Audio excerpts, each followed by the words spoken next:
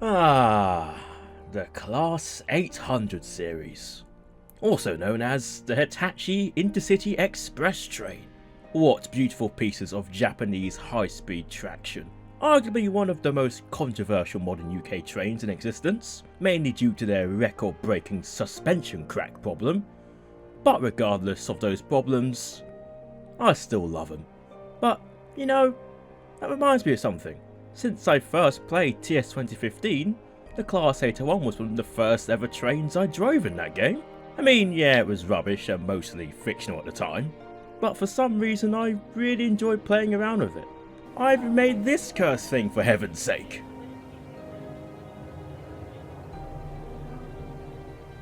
However, times do change, and now I just can't wait for Major Wells's brand new... What the... Job well done!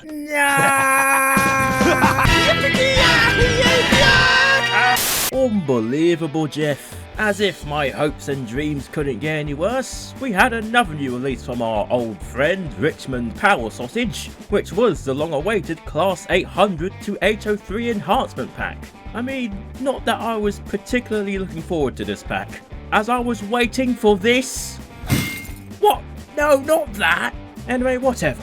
Let's just see whether I feel like getting ran over by a Class 701 after I've gotten to the bottom of this potential waste of money. Because watch out, fanboys, since I'm familiar with IETs, I am once again going to be extremely critical.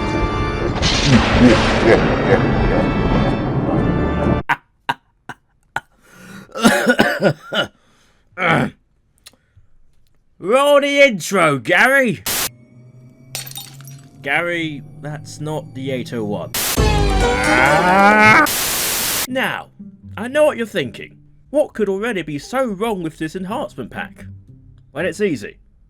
It's an enhancement pack. Ever wonder why the train itself looks so fishy? Well, think about it. When was the London Peterborough route released? Oh, that's right! Before IETs were even a thing! The DGG 801 is actually a model of the prototype IET concept, yet AP chose to enhance it? Ugh, who am I kidding though? It's not the first time they've enhanced god-awful train models. And it isn't the last.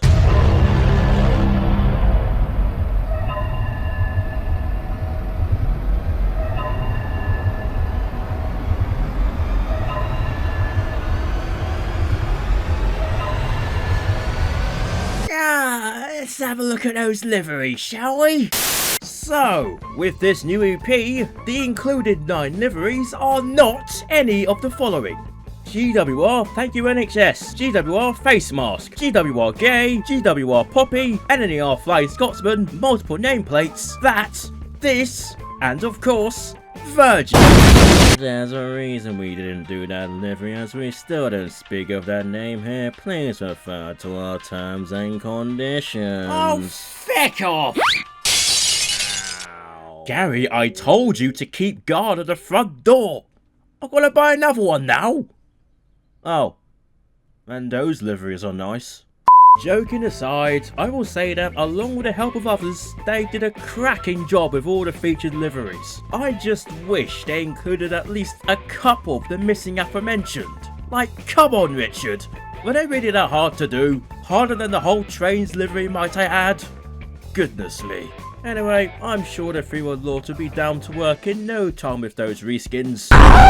But what I do appreciate are the additional touches of new headlight surround textures, plus brand new car-to-car cables and gangway connectors, with those models provided courtesy of Major Well's design. Major Well's design? Oh god.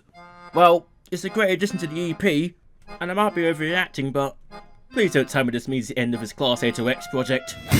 Oh god damn it, Gary, will you get this engineer AP fanboy out of here? Thank you. Right then, so we've had a glance at most of the external visuals, which to be fair, are pretty good. But let's have a peek at the internal changes, which are...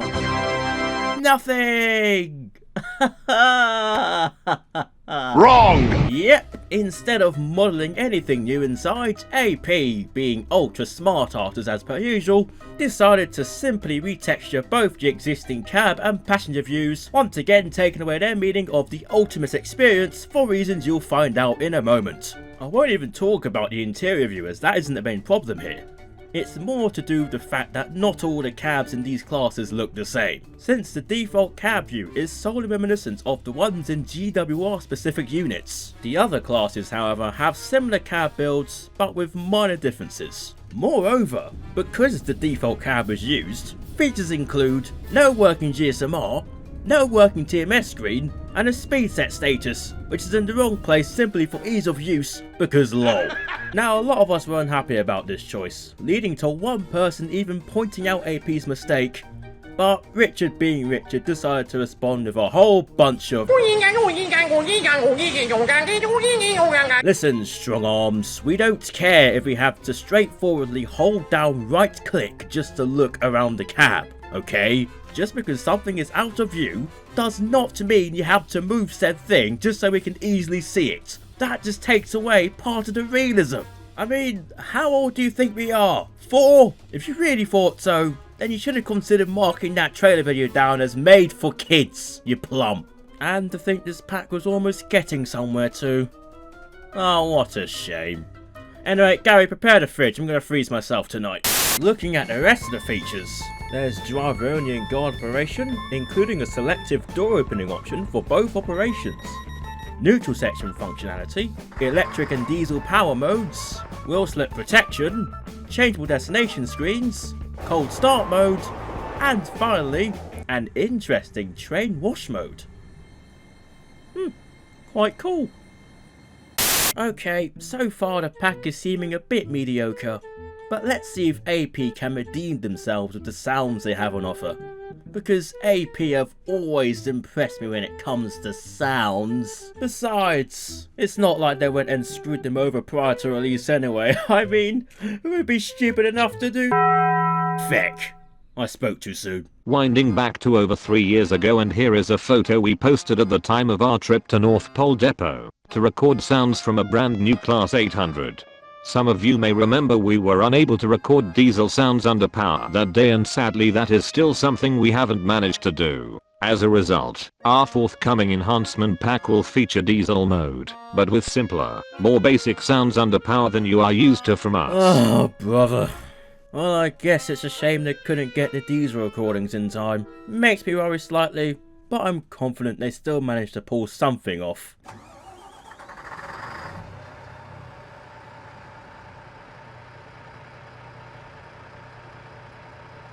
And just like that, they somehow pulled it off. Those engine sounds are absolutely bang on. I just wish the transitions between the engine idling and revving weren't so awful.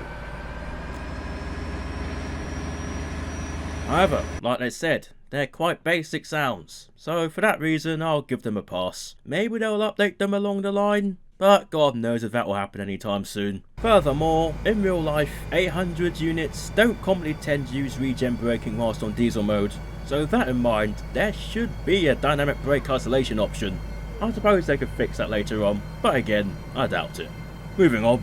Apart from most of the external auxiliary compressor and door sounds, which are already really nice, I will say that the cab and saloon sounds are probably one of the most immersive sounds I've heard to date. Every sound here is just spot on. Not to mention the additional touch of external wiper sounds, which is great attention to detail there. Oh, I think AP might have actually redeemed themselves here. Now I can't wait to hear that fantastic motor.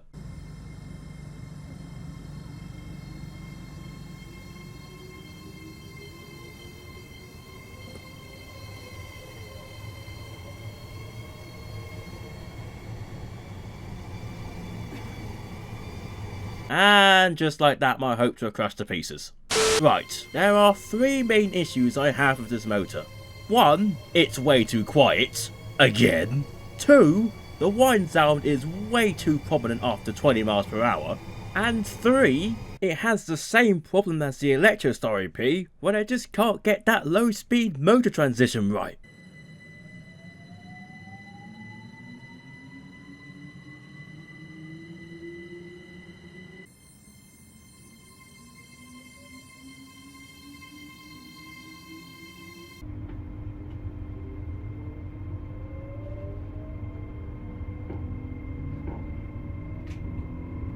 Also, in real life, the transformer buzz sometimes tends to get louder as IETs pull away in overhead power, but sadly, that isn't a feature in this pack, which kinda sucks, but oh well.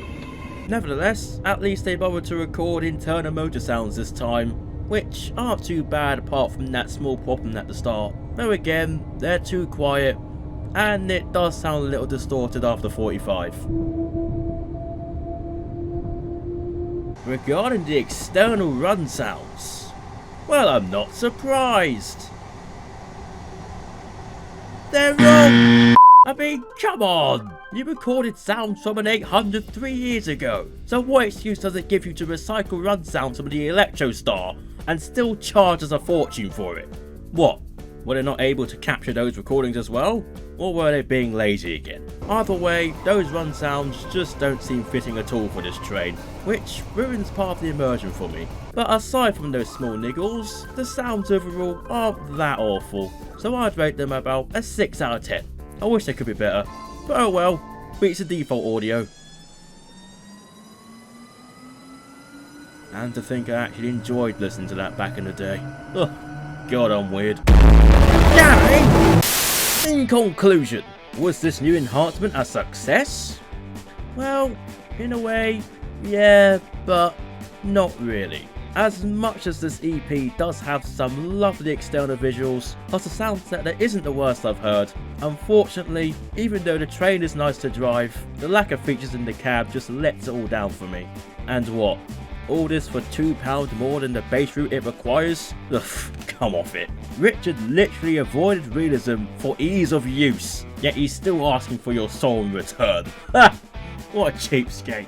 And that, gentlemen, is why I really want Major Wells to continue working on this Class 8OX project. Because unlike Arm Cow Beef House, he's actually put 6 times the effort into his modelling and features, meaning without a doubt, if this is ever finished, it will be the better product. And boy, I look forward to seeing more progress. So Major Wells, if you are watching this, keep up the fantastic work, mate. Because seriously, I think your amazing efforts will give this train so much potential. Anyway, that's pretty much all I have to say. Before I go though, there's one more thing I'd like to quickly bring up.